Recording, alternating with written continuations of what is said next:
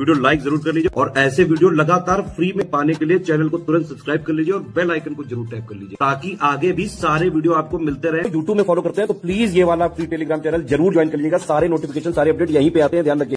नमस्कार साथियों, स्वागत है आप सभी का SCS पे। ये क्लास है हमारी ज्योग्राफी की, जिसमें हम चर्चा कर रहे हैं भारत की प्रमुख नदियों की। इससे पहले की क्लास में साथियों हमने बहुत इंपॉर्टेंट चर्चा करी थी भारत के विभिन्न नदियों की, खासकर दक्षिण भारत की। और लास्ट पॉइंट जो हमने देखा था वो देखा था भारत के सबसे बड़े नदी बेसिन, जिसमें पहले नंबर पे गंगा, दूसरे नंबर पे सिंधु, तीसरा गोदावरी, चौथा कृष्णा था। अभी आज हम इसके आगे की चर्चा करेंगे साथियों। और अब हमारे पास जो टॉपिक है आप देख सकते हैं यहाँ पे लिखा हुआ है भारत की सबसे बड़ी नदियों का क्रम, यानी ये लंबाई के हिसाब से है। तो भारत की जो सबसे लंबी नदियां हैं उनको यहाँ पर दिया हुआ है, सीधे सीधे इसको आप देख लो। ये PCS वगैरह में क्रम से लगाने के लिए आ जाते हैं। तो पहला है यहाँ पर गंगा। गंगा की लंबाई जो है 2550 किलोमीटर है। सेकंड नंबर पे है गोदावरी 1416 किलोमीटर। थर्ड नंबर पे है सतलज। फोर्थ पे है कृष्णा। फिफ्थ नंबर पे है यमुना और सिक्स नंबर पे है नर्मदा। ठीक है, इनका क्रम आप इसी तरीके से याद रखना। ये सबसे लंबी नदियाँ हैं जो भारत की ही हैं। अच्छा, एक बात मैं और स्पष्ट कर दूं यहाँ पर कि अगर आप वैसे लंबाई के हिसाब से देखोगे तो फिर 2900 किलोमीटर में आपकी आ जाएगी ब्रह्मपुत्रा। ठीक है, 2880 में आपकी जो है सिंधु आ जाती है। तो वो जो नदियाँ हैं वो केवल भारत से होकर के जा रही हैं, वो प्रॉपर भारत में नहीं है। गंगा है, गोदावरी है, ये तो भारत से ही निकलती हैं और भारत में ही समाप्त हो जाती हैं। तो इनको इस तरीके से आपको याद रखना होगा। चलिए देखते हैं आगे। आगे लिखा हुआ है नर्मदा नदी दामोदर का उद्गम छोटा नागपुर पठार से होता है। यह नदी भ्रंश घाटी से होकर बहती है तथा इसकी जो सहायक नदियां हैं वो हैं बराकर, जमुनिया तथा कोनार। ठीक है, आगे लिखा हुआ है दामोदर रूप नारायण नदी के जल को संग्रहित करती हुई कोलकाता के 48 किलोमीटर दक्षिण में हुगली में मिल जाती है। इसकी कुल लंबाई 541 किलोमीटर है। एडन नहर 1938 में दामोदर नदी से निकाली गई थी, ये ध्यान रखना। एडम नहर जो है कहाँ से निकाली गई है? ये निकाली गई है दामोदर रिवर से, है ना। इसी तरीके के सवाल पेपर में आते हैं, थोड़ा इंपॉर्टेंट जिनके बारे में लोगों को पता नहीं होता। आगे है गिरिडीह तथा दुर्गापुर के बीच 300 किलोमीटर लंबे मार्ग में यह जैविक मरुस्थल बन जाती है। बहुत ही इंपॉर्टेंट क्वेश्चन है एनवायरनमेंट का कि बताइए भारत में किस नदी को जैविक मरुस्थल कहा जाता है? कौन सी नदी है जिसको जैविक मरुस्थल कहते हैं? तो ध्यान रखना वो है साथियों दामोदर। ऐसा क्यों? क्योंकि गिरिडीह तथा दुर्गापुर के बीच 300 किलोमीटर की रेंज में बहुत सारे स्टील कारखाने हैं। ठीक है, बहुत सारा यहाँ पर माइनिंग का काम होता है। इस वजह से बहुत सारा केमिकल वेस्ट इसमें डाला जाता है, जिसके कारण इस नदी में जो जीव जगत है, जो जीवन है वो समाप्त हो चुका है। इसीलिए इसको कहते हैं जैविक मरुस्थल। ठीक है, ध्यान रखना। आगे और भी छोटी छोटी रिवर्स हैं, जैसे हगरी नदी जो है ये पश्चिमी घाट से निकलकर कर्नाटक और आंध्र प्रदेश से प्रभावित होते हुए तुंगभद्रा में मिल जाती है। इसे वेदावथी नदी के नाम से भी जाना जाता है। वेदा तथा अवथी नदियां सह्याद्री से उद्गमित होकर पूरा के पास मिलकर वेदावती कहलाती हैं। आगे देखो, झेलम के बारे में हम पहले ही पढ़ चुके हैं। कहाँ से निकलती है? पीर पंजाल से निकलती है, वेरीनाग झरने से। ठीक है, और श्रीनगर शहर इसी के किनारे बसा हुआ है। ये सब लोग हम जानते हैं पहले से ही। चलिए ठीक है, आगे देखिए। अच्छा, जैसा कि हम जानते हैं कि श्रीनगर शहर जो है इसी किनारे बसा हुआ है, और हम ये भी जानते हैं कि वुलर झील को पानी की सप्लाई झेलम से ही होती है। ठीक है, हाँ ये देखो लिखा हुआ है वुलर झील में मिलती है। ठीक, झेलम अपनी युवावस्था में कश्मीर की घाटी में बहती है तथा कश्मीर घाटी में मींडर बनाती है। मींडर देखिए, इसी तरीके के सवाल PCS वगैरह में पूछे जाते हैं, बहुत छोटे छोटे, जो आप स्किप कर देते हो, जो पढ़ते नहीं हो। हालांकि नदियों द्वारा अपनी परिपक्व अवस्था में मींडर का निर्माण किया जाता है, हालांकि झेलम में यह अपवाद है। ठीक है, इंपॉर्टेंट बात है, देखो सही है। फिर है लूनी नदी अजमेर के दक्षिण पश्चिम में अरावली श्रेणी से निकलती है। 320 किलोमीटर बहने के बाद यह कच्छ के रण में विलीन हो जाती है। कच्छ का रण गुजरात वाला एक दलदली इलाका है, वहाँ विलीन हो जाती है। और ध्यान रहे समुद्र में नहीं मिलती है, क्योंकि समुद्र में मिलने से पहले ही कच्छ की खाड़ी में विलीन हो जाती है, जो दलदली इलाका है वो।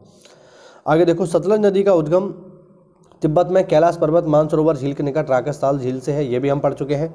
ठीक है, शिवकिला दर्रे के पास हिमाचल प्रदेश में एंटर करती है। कुल लंबाई 1500 है। ये सब हम पहले ही पढ़ चुके हैं। ठीक है, ये सारे पॉइंट जो है हम लोग देख चुके हैं पहले ही।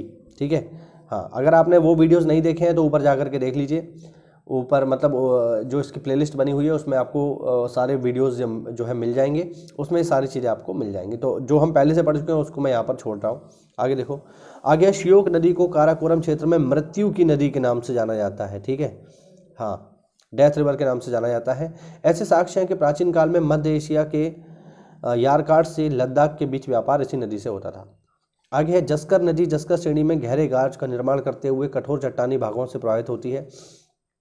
सबसे पहले यह उत्तर फिर पूर्व की ओर बहती हुई अंततः नेमू में सिंधु नदी में मिल जाती है। इसकी उत्पत्ति हिमाचल प्रदेश और जम्मू कश्मीर की सीमा पर सरचू के उत्तर में हिमाचल प्रदेश तथा सरचू के उच्च अक्षांशीय पठार से होती है। वो लाइन रिपीट हो गई है। जास्कर की कुल लंबाई 150 किलोमीटर है। ठीक है, आगे देखो। आगे है स्पीति नदी 16,000 फीट की ऊंचाई पर कुंजुम दर्रे से निकलती है। 60 मील बहने के बाद हिमाचल प्रदेश के किन्नौर जिले में नामगिया गांव के पास सतलज में मिल जाती है। काली नदी पश्चिमी घाट पर्वतीय क्षेत्र में स्थित उत्तर कन्नड़ जिले के डिगबी गांव से उद्गमित होकर चाप के आकार में पश्चिम ओर प्रभावित होकर अरब सागर में मिल जाती है। इसकी कुल लंबाई 184 किलोमीटर। ये छोटी छोटी नदियां हैं। ठीक है, आगे देखें। संकोश जो है उत्तरी भूटान से उद्गमित होकर असम तथा पश्चिम बंगाल के बीच सीमा बनाती हुई असम बांग्लादेश सीमा के निकट ब्रह्मपुत्र में मिल जाती है। माही की बात कर लेते हैं। माही नदी मध्य प्रदेश से उद्गमित होकर खांडू के निकट राजस्थान के बांसवाड़ा जिले में प्रवेश करती है।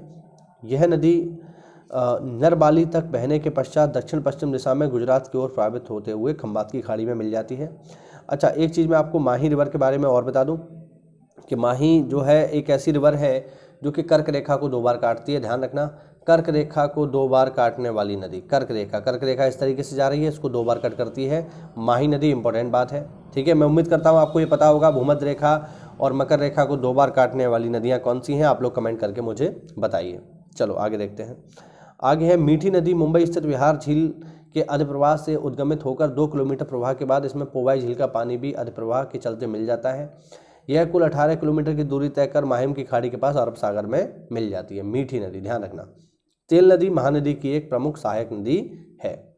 चलो और देखते हैं। छोटे छोटे पॉइंट्स हैं, बस इनको याद रखना है। फिर है कपिली नदी ब्रह्मपुत्र की सहायक नदी है।